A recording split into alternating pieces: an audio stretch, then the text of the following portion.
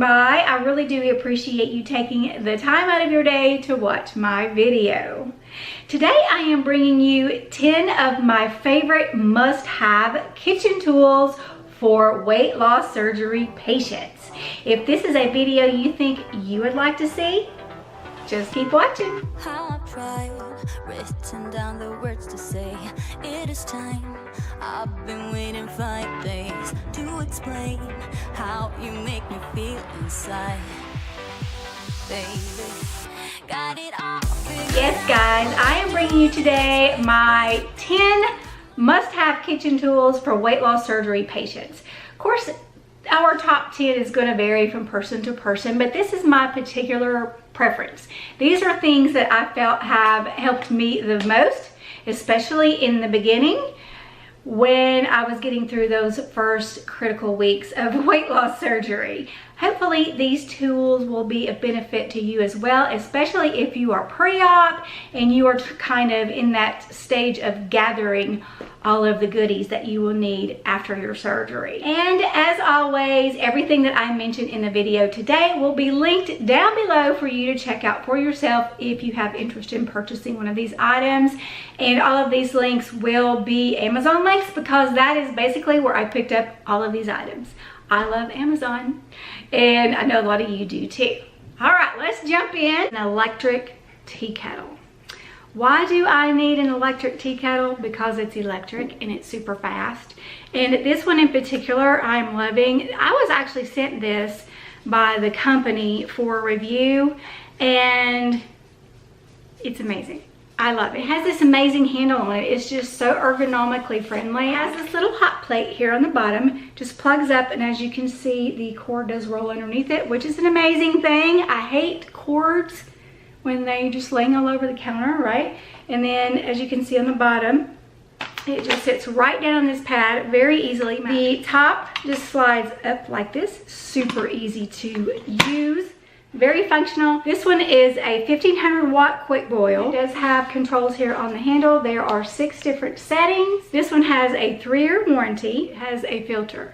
This one has a limestone washable filter. So how amazing is that? It does have the measurements clearly marked here on the glass container, and it is a 10-cup pitcher. If you're like me, you probably already have a Keurig or some sort of coffee maker where you can already get hot water. But the reason I like this was because I was working when I first had surgery, and when I went back to work, it was a huge, huge, huge tool for me to keep my liquids hot. You know, in the beginning, you're drinking a lot of broths and protein and things that have to be hot, especially the Undri, chicken flavor Undri, that I highly recommend for anybody to have on hand during your liquid diets. The Undri has to be to a certain temperature. This gets it just right. I was able to get that Undri made a lot quicker with this than actually boiling water on the stove. A regular tea kettle takes so much longer to heat up than one of these puppies. But my plan for this puppy, when we get into our new home, I'm going to use this in my office because I am going to have a room that is a dedicated office. This will be sitting in there because if you follow me over on my other channel, you know that I love tea.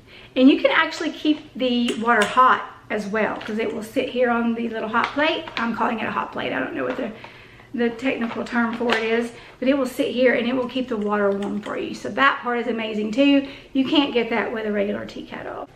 Meal prep containers. I have all shapes and sizes, but I only pulled out the ones that I felt were the most beneficial to me. These are 2-compartment meal prep containers. They do have, of course, the compartment portion of the container and then the lids as well. They are microwavable and BPA free.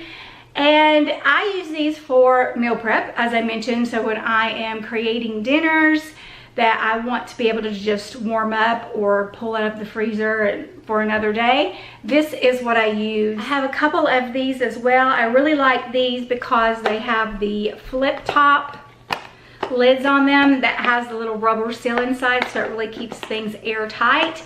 And I like these in particular for like fresh fruit and raw vegetables. These work out really good. It's a perfect size for those. These are probably my most recent purchase because I'm trying to transition from a lot of plastic into glass containers.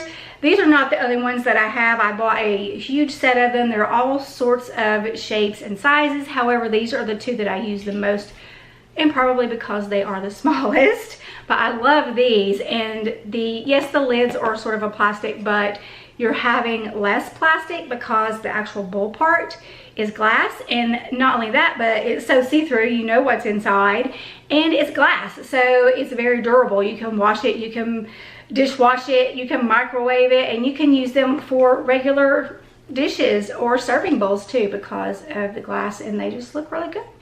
So these are probably my most favorite out of all of them. Unfortunately, I don't have any right now. I usually keep them on hand, but I'm out, and they are these little tiny 2-ounce plastic condiment containers, and they have lids on them. These were super nice to have on hand in the very beginning.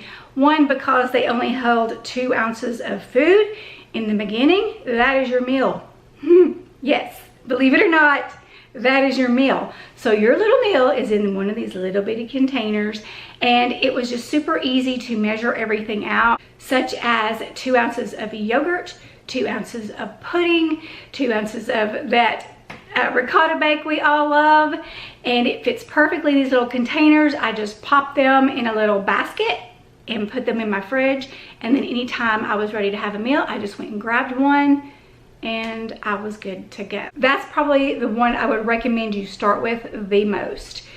And the others can kind of come along as you progress into your different food stages.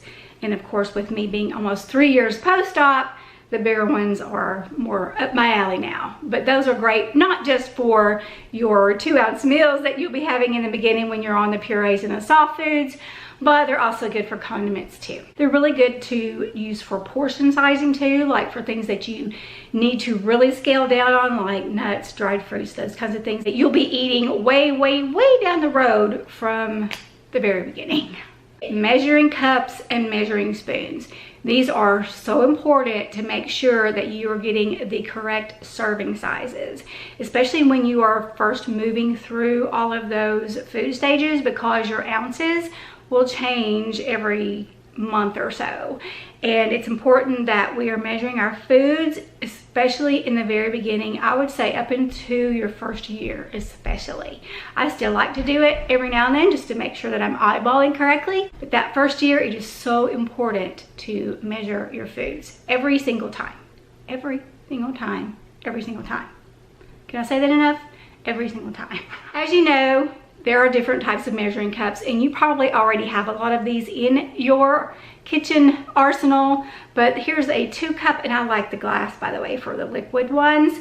And then of course there is a 1-cup version, and this is the one I really need to point out to you. This is also a liquid measuring cup, and this one in particular is by Anchor. I've had 2 or 3 of these, and this is the only one that I've ended up not breaking. I especially like this one because it has all the different types of measurements on it. This one has the milliliters, it has tablespoons, it has teaspoons, and it has ounces.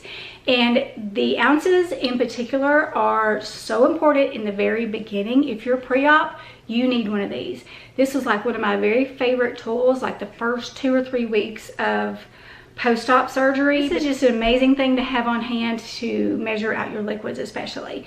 You're gonna be drinking, like, what is it? It was so long ago, I can't remember. Maybe an ounce like every 10 minutes or something, I can't remember. And everybody's probably a little bit different, but it's something along those lines. Highly recommend that you have one of these on hand, especially in the very beginning. If you're pre-op, grab one of these. You'll thank me later. And then of course there are the dry measuring cups, measuring spoons, and all that good stuff. And they even come in collapsible ones if you want to take them on the road with you, if you want to take them to restaurants, or if you want to take them to work and you are limited in space.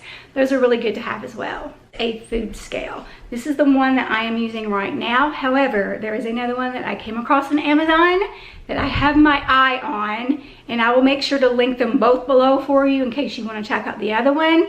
But this is super important. You must must have a good workable food scale. You want one that's very easy to read and very easy to use, and I found that this one is, and I like the look of this one, and it has the glass lid on it, so if I spill anything, it's just easy to clean. Gotta have one of these. If you're pre-op and you don't have a food scale, get one, and get one now. Gotta have one of these. So important to make sure that you are eating the correct amount. When you're a month out, you may be only eating 2 ounces of meal, like I mentioned before. When you're 4 months out, it may be 4 or 5 ounces, and so on and so forth. My limit is 6 ounces. To this day, almost 3 years post-op, it's still 6 ounces. I have to admit that I haven't been weighing lately, and I really need to get back into it. But I was religiously weighing my food every single meal, other than when I would go to a restaurant. I tried to eyeball it. In the beginning, that's harder to do, but you still want to occasionally go back and measure to make sure that your eyeball and the scale are kind of still meeting on the same page. The one that I have my eye on has nutrition facts on it. So yeah, if one of you guys grabbed that from my link below, let us know in the comments what you thought of it and how that worked out, because I'm really excited for that one. I'm gonna grab that soon. I highly recommend that you have a blender and a food processor, or at least one or the other. I particularly used my blender a whole lot more than my food processor. When you are in the puree stage or the soft food stages, you may need a food processor to help you kind of break those foods up into a softer form, or a blender. The blender can do that too, to an extent. However, I use my blender for making protein shakes.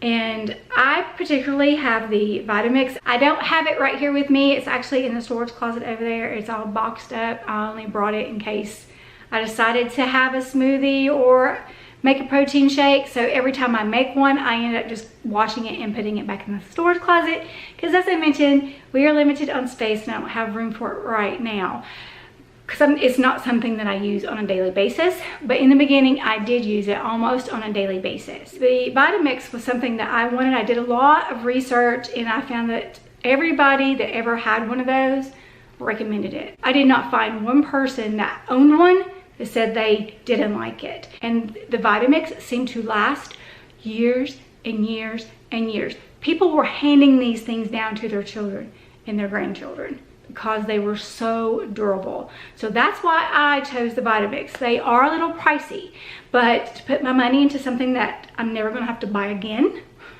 because I can't tell you the number of blenders I have bought in the past before I bought my Vitamix. I would go through a blender a year, because I always got the cheap ones and they never lasted. I burned the motor up in them every year. I needed one that was really super durable and that has an amazing warranty as well, like the Vitamix does. So that was my blender of choice, and I can't say enough, they're just amazing. But if you choose a different blender, you know, your wallet might not be able to support a Vitamix right now. If you choose a different blender, that's fine. Just know that you do need something on hand for those protein shakes and smoothies that you may be making. And in the beginning, you drink so many of them, you get tired and you need a variety. So it's good to have something like that on hand so that you can mix and match up your flavors. So highly recommend both of those. If you can't have both, blender and food processor, I'd say blender, because you can use it more than the food processor. You'll only be having soft foods and purees for a limited amount of time. So one over the other, pick the blender. Next is a blender bottle, and I searched my cabinets high and low and could not find my blender bottle.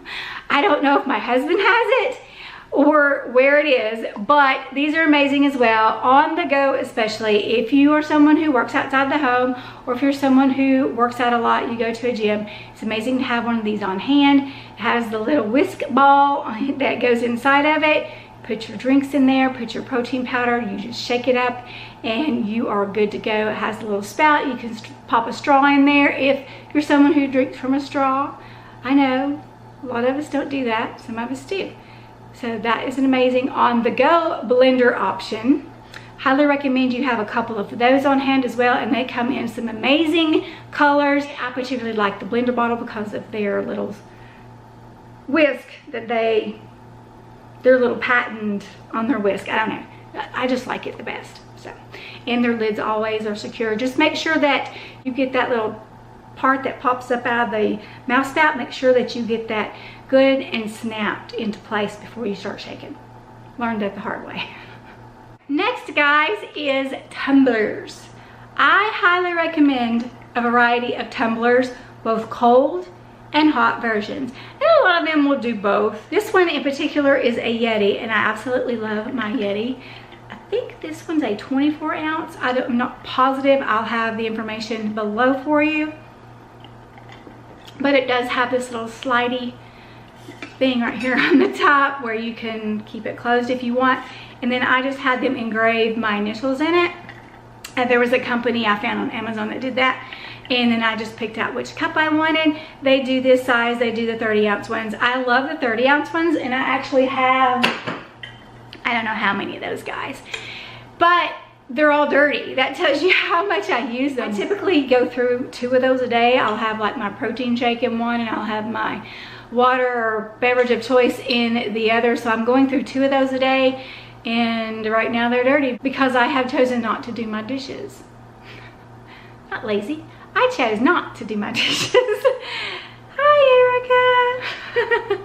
Anywho, and this one is a Contigo brand, and I really like these to keep things hot. Like I mentioned before, you will be drinking probably a lot of hot and warm liquids, especially in the beginning, like your protein bras and your teas and those kinds of things. And these will keep your drinks hot and cold for hours because they are metal. They are double walled. They don't lie when they say they keep them cold and hot for hours. They don't lie. They might be off a smidge, but they don't lie. They're really good. And this one in particular I like because it fits really well into my car cup holder. It has this little rubber grip here on it, so I'm able to hold on to it well. It doesn't condensate, so that's important. And then it just has this screw off lid on it with a little spout that flips up and down, and it stays secure.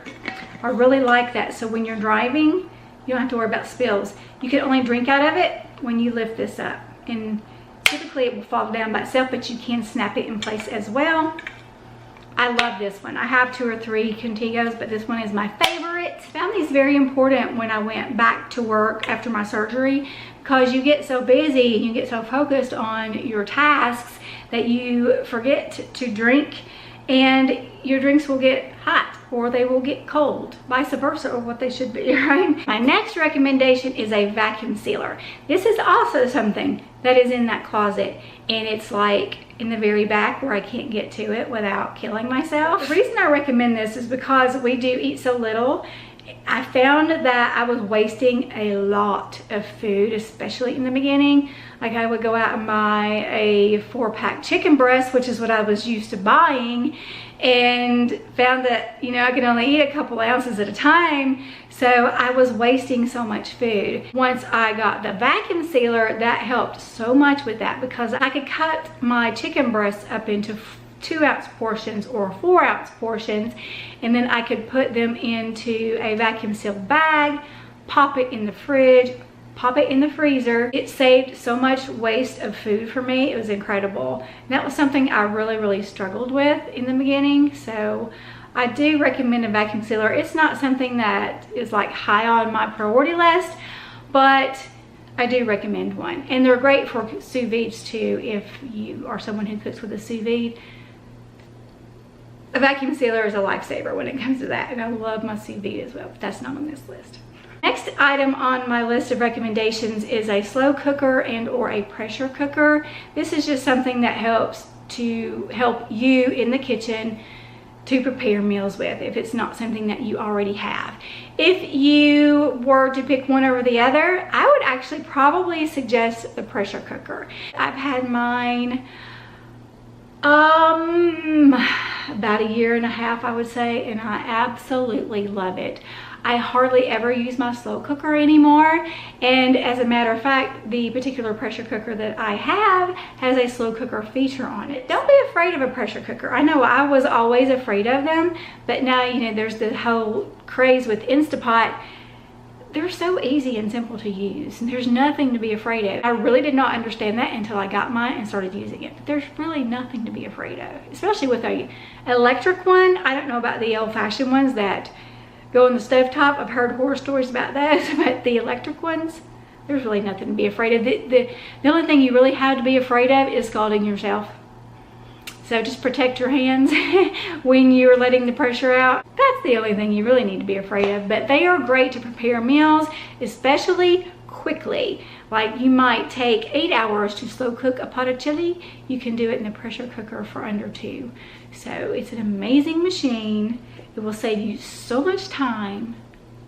Check out a pressure cooker, and it will help you to meal prep too. So take a batch of chili, for example. Yeah, or beans, anything like that, legumes, anything like that that you're making and you're making a big batch of. Pressure cooker is an amazing, amazing machine. The last item that I have on my top 10 must-have kitchen tools for weight loss surgery patients is portion control plates and gadgets. Yeah, so we all hear that we should use a tiny plate. Tiny plate, tiny utensils, tiny dishes, right? There are so many amazing portion control gadgets out there for us weight loss surgery patients that are so helpful. In the very beginning, I use them all the time. I have a little nut portion control container. I have a salad dressing portion control squirty thing. And there are plates out there that have the little circles on them.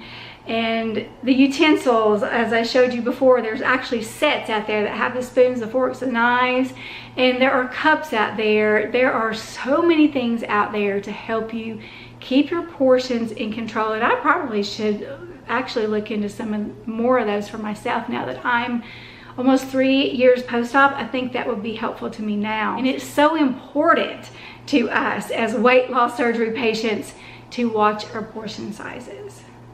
Our tummies don't always tell us when we've had enough, right? All right, guys, thank you so much for joining me for this video. I really hope you enjoyed it. And let us know in the comments below some of your must-have kitchen tools as a weight loss surgery patient. I'm sure that a lot of my audience would love to have more of these tips from you guys as well. So let's share them with each other in the comments below. Again, thank you so much for stopping by. If you're not subscribed to my channel, please go ahead and hit that subscribe button. I plan to do lots more videos like this for you guys. I really enjoy doing these. And don't forget to hit me up in the comments below with some inspiring videos that you would like to see me do. If you have a particular question that I can cover in a video.